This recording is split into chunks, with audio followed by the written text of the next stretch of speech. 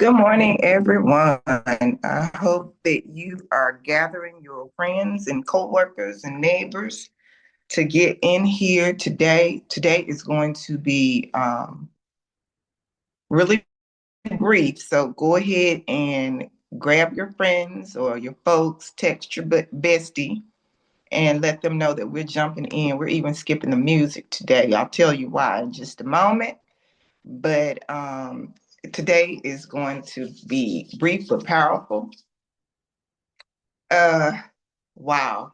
Yes, I'm ready. I'm ready. Ready, ready, ready. So we'll give a couple more minutes for people to join in. And yes, you may notice that I am not on camera today. That was my choice. I started this as a low pressure environment, and I'm going to keep it that way.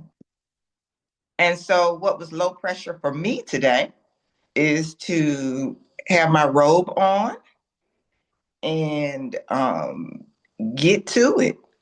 It wasn't for me to do anything else that would add pressure. So that's how I showed up today. And I feel so good. I feel so ready. I feel so in tune, so aligned. And I want you to take notes for that. Some days you have it and some days you don't. And you don't have to have it if you don't have it. You get to keep going the way you choose. That's what you get to do. So we'll give a couple more, really just a minute for people to join in. It's 8:01 already. And I want to keep our time brief and powerful. Brief and powerful. It's Monday, y'all. Are y'all ready? Everybody ready for this Monday? I hope so. I hope so. I'm ready. And get your notepad, get your journal, get a napkin or a paper towel or whatever is near you. You can write on your sheets if you're still in bed. You're getting dressed. Let's go ahead and put your mirror right on your mirror. It doesn't matter. Let's get ready to really jump in today. So listen, today's topic we're going to talk about is, well, the series for May is Becoming Her. So to becoming her, and we talked about all of the things of aligning with her. We talked about, and for those of y'all who don't know, her is you. So let's really tap into that, and that just keeps it simple. Tapping into the version of her that you're desiring and creating and taking into this next season. So today is going to really pick back up on that in a way that gives this some teeth. It gives some context. It gives some guidance. It gives some concepts here. Write this down. Becoming her requires you to see her. Okay? So in order to become her, you have to see her. Her, you, that version. Not today, not at your current weight, not what the scale says today, not what the clothes in your closets are, not with today's conditions and today's, circumstances. Not that. It's the her that you are choosing, grooming, preparing, becoming. So you have to have vision before you have the evidence. And I'm going to give you some context for that because for many of us who started in our in the Christian faith, we know these things. We've heard them. I think that we have sometimes forgotten that they don't just apply to um, what we want to be in life or what we want to materialize, but it's who we get to be. So here's the thing. Here's the thing. before she is visible in your life, she must first become visible in your mind. Get that. That's another one to write down. Happy birthday, Casey. Happy birthday. Thank you. Happy birthday. I'm so glad you chose to start your birthday with the weekly exhale. Yes, ma'am. Thank you. Happy birthday. Thank you You so much. you cannot fully become a version of yourself that you refuse or forget to envision. Okay? So let me run that back. You cannot fully become a version of yourself that you refuse or forget to envision, because sometimes we don't want to take a chance on envisioning something else. It feels threatening, it feels impossible, it feels useless, a waste of time. It doesn't feel like we deserve it. Some of us don't even think we deserve it. So we refuse or we forget to envision who we can fully become. I know a lot of times we take on identities and we are in part in pieces who we are becoming, but sometimes we have to integrate that. And before she becomes visible in your life, she must first become visible in your mind. So let's go into this. And I want to thank all of you for being here today, because I promise I wasn't sure if I was going to be here. I was not sure, but something in me said no. We're gonna persevere. I'm gonna keep it no pressure. I'm gonna keep it no stress. But I am going to be here today, and so I love the opportunity to be here. And let me tell you what's really cute and cool is I'm a cue you in into something that occurred over the weekend that really inspired today's session. Is that honestly speaking, I'm tired. I'm a little tired this morning. I had a long but beautiful weekend. Yesterday, I traveled to Davidson College in North Carolina. It's just further north of Charlotte in Davidson, North Carolina. Anyway, I went there to watch my niece graduate. Actually, my great niece. My great niece graduated from Davidson College. It's a liberal arts college, about 3,500 students. She went there on a Posse scholarship. For those of you who are in education, you probably recognize Posse.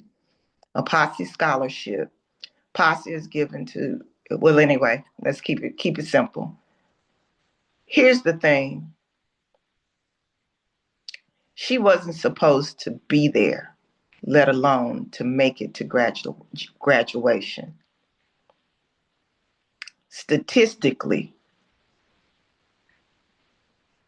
she was not supposed to be there on that beautiful campus, a legacy rich campus, a campus that many dignitaries and North Carolina's finest politicians and all the have walked those campuses. It's a privilege to be there at $93,000 a year tuition. My niece went there on a full tuition scholarship.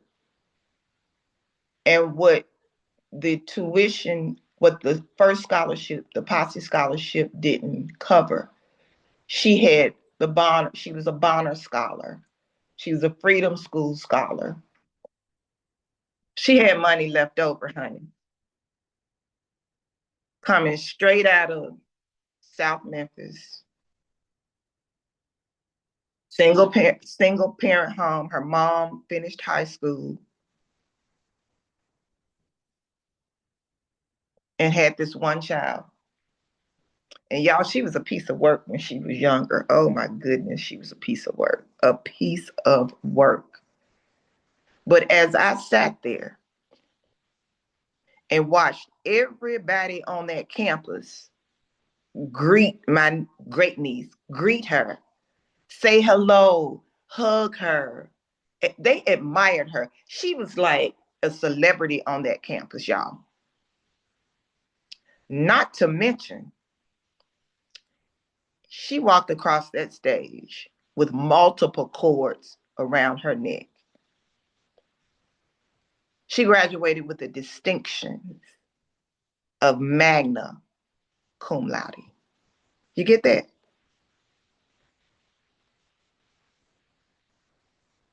With a dual major in English and Africana studies. Let me add one layer to it. She got awards all weekend. And one of them was an award to send her to Duke University to get her doctorate degree with Montes, with money here, scholarship money, based on Micaiah's environment, based on the odds, based on what could have been assumed about her. And yet, someone had to see beyond first grade Micaiah, third grade Micaiah, sixth grade Micaiah, eighth grade Micaiah, ninth, 10th, 11th, and 12th grade. Somebody had to see beyond that. And it made me think about us.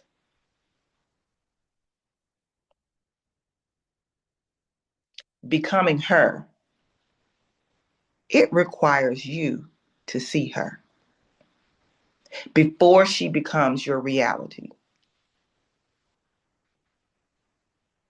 She has to first become your vision. Not who survival taught us to be, not who fear, not what fear has convinced us to stay. I know I've fallen in that trap before. Not that, but who are you capable of becoming, even at this age and stage of life? Who are we capable of becoming? Can you see her?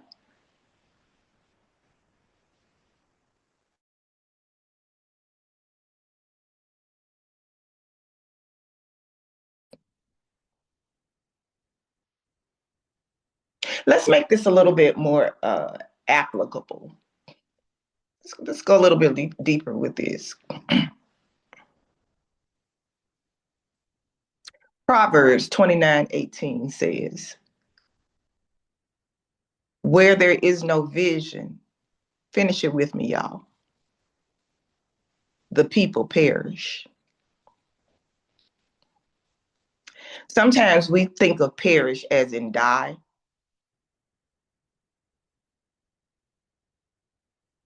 But it doesn't necessarily have to mean a physical death. Where there is no vision, the people don't flourish, they don't thrive,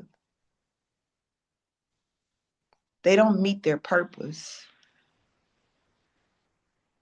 When there's no vision, the people are stagnant, they're not growing,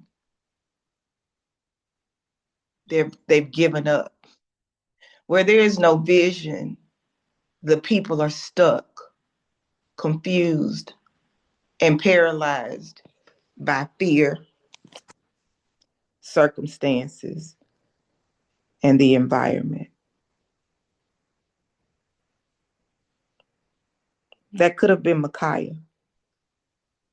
If she didn't see her future self, if her teachers didn't see her potential.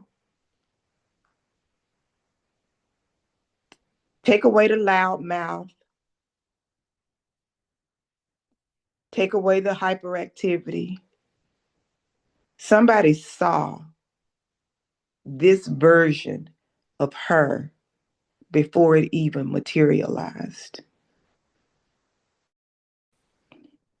Don't we often see that? We have a vessel we can pour into someone else and we can see so clearly where they're going in life. But we can't often see it for ourselves. Where there is no vision, the people perish. Now, here's another one. You know this one, Habakkuk 2:2.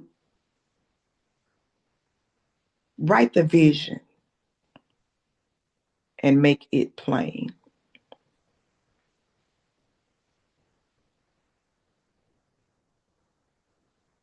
I believe in this.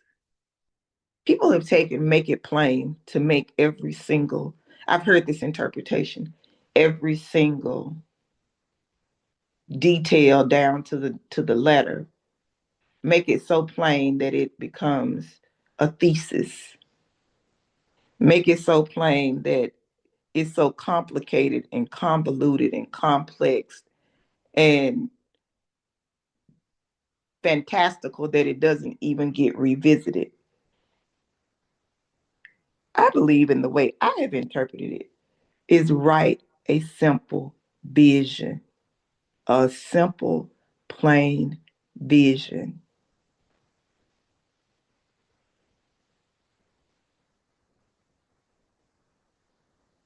And it doesn't have to be for the rest of, make a vision for 50 years from now. It could be make a vision for where you see yourself, where you see her in the next 90 days, where you see her in general.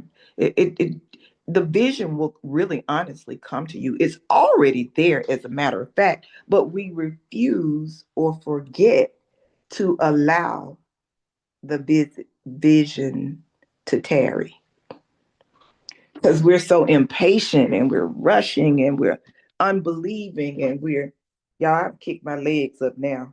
It's a good thing I'm not on camera. We can get so discouraged so quickly. It just a simple vision and wait for it. That was the other part of the scripture. It said, wait for it. Be a part of the waiting, active waiting, but wait for it. So here's an African proverb: when there is no enemy within, the enemies outside cannot hurt you.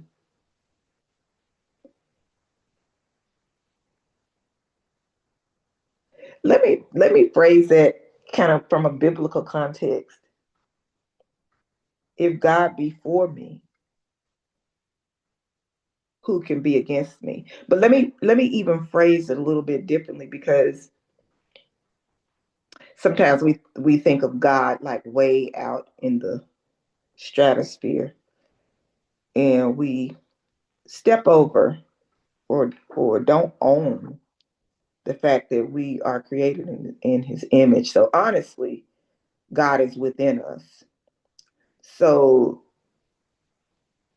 we are the living, walking, breathing image of God. And so if God be in me, who outside can be against me? Where there is no enemy within, that means if you're not beating yourself up, if you're not over judging yourself, if you're not over criticizing, if you're debating on whether or not you love yourself and even like yourself, when all of those things disappear, nothing outside can stop us. Nothing outside can. Here's one from Dr. Miles Monroe.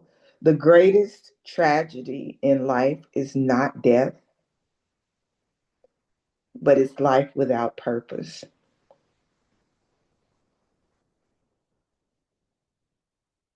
And may I advance the concept that many of us have felt like we have lived our purpose up until this point and very well done. But there's so many versions and varieties of how we get to live out our purpose.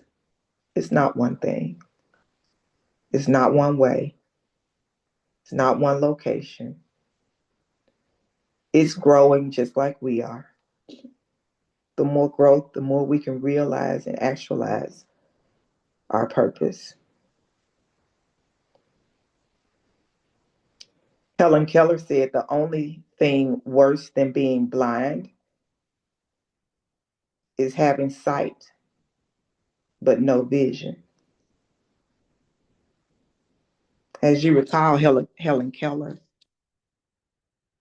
lived her entire life without sight, but went on to be an advocate for the disabled and was the pioneer for Braille and many other rights for people of all disabilities. And she couldn't even see physically. But that didn't rob her of her vision. Jeremiah 29:11 says, "For I know the plans I have for you."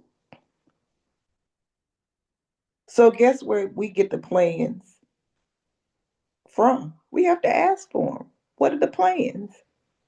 They have to be downloaded,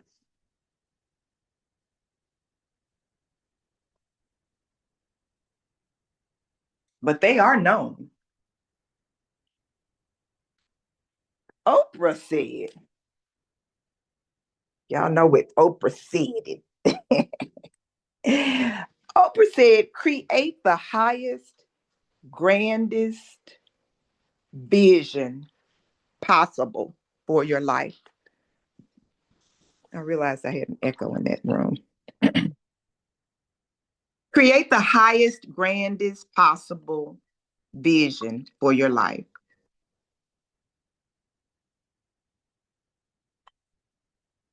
Second Corinthians 5:7 says, "For we walk by faith,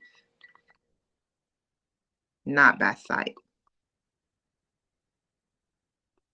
Somebody here has been contemplating a big move. I know one of them personally. But is anybody else on here today who's been contemplating a big move? Let me take the word contemplating and and replace it with resisting a big move.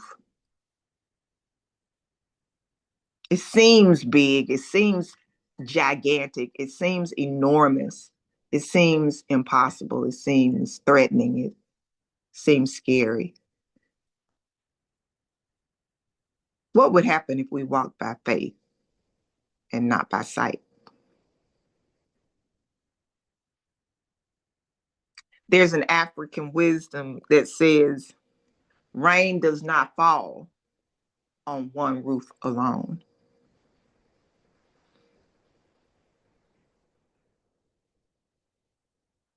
What does that mean? What do I interpret it as? Is rain falls everywhere. Now, what grows, what's fertile,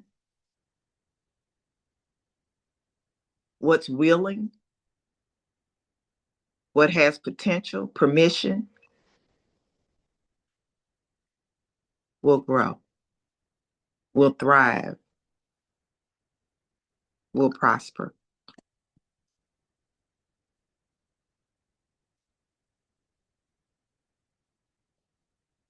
So as we, think about this, I want to offer an opportunity. It's not pressure, it's just an opportunity, possibility. Close your eyes if you can, if you're not driving.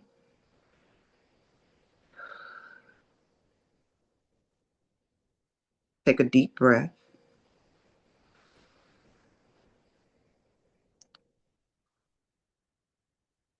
Take another one, deep breath.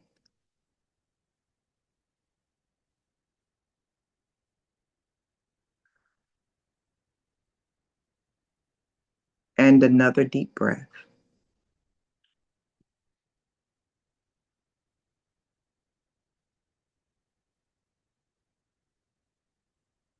Keep your eyes closed if you can.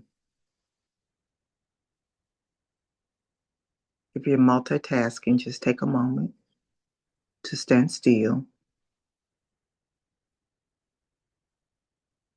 And for 30 seconds, I want you to imagine the woman, the person, the human, the spirit that you are becoming.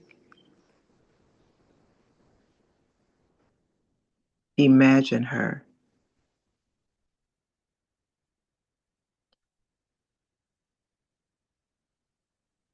See her.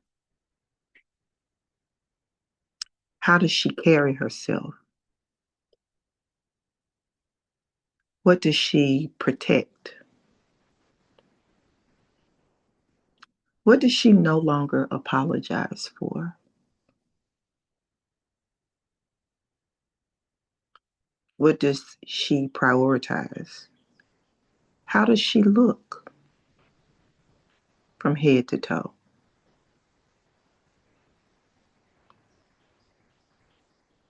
What's in her eyes?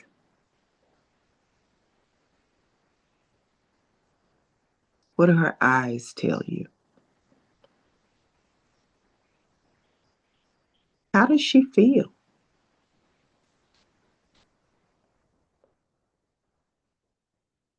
She doesn't have to be perfect, but who do you see? What's the vision?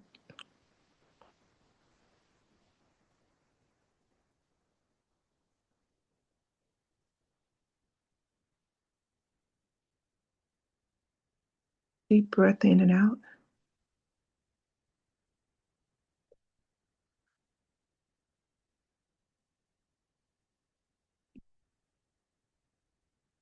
In order to align with an evolved version of ourselves, we have to allow ourselves to imagine her. You cannot align with a version of yourself that you've never allowed yourself to imagine. It's imagination. It's free. It's unlimited. It's unsanctioned.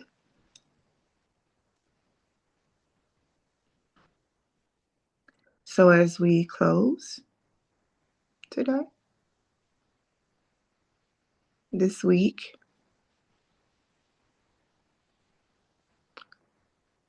I want you to, I offer you, this is a choice, it's an option. There's no pressure here ever to spend private time with this. If you have this and you can write it down, if not, you can always go back to the replay.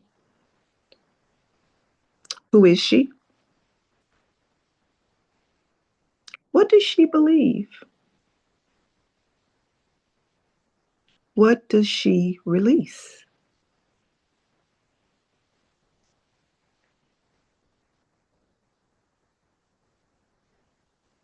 What is she no longer tolerating?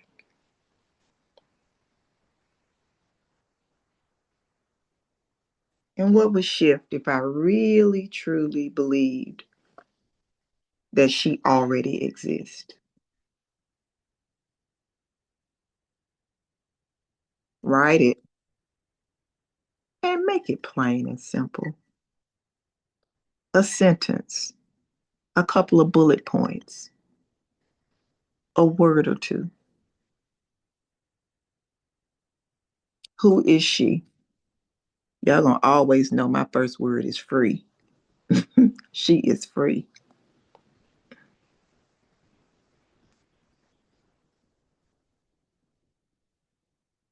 It doesn't have to be long and drawn out and poetically prosed. Simple. Write her down. Not who you've known up until this point, but who you get to become. So today is simple. It's just a step.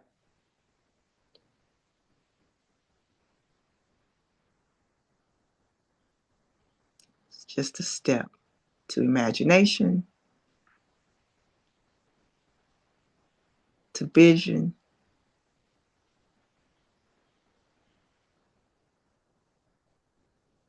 to explore, and to choose.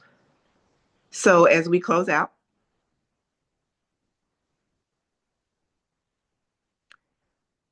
I'll offer a mantra.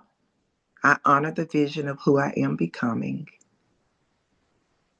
before the world fully sees her. I honor the vision of who I am becoming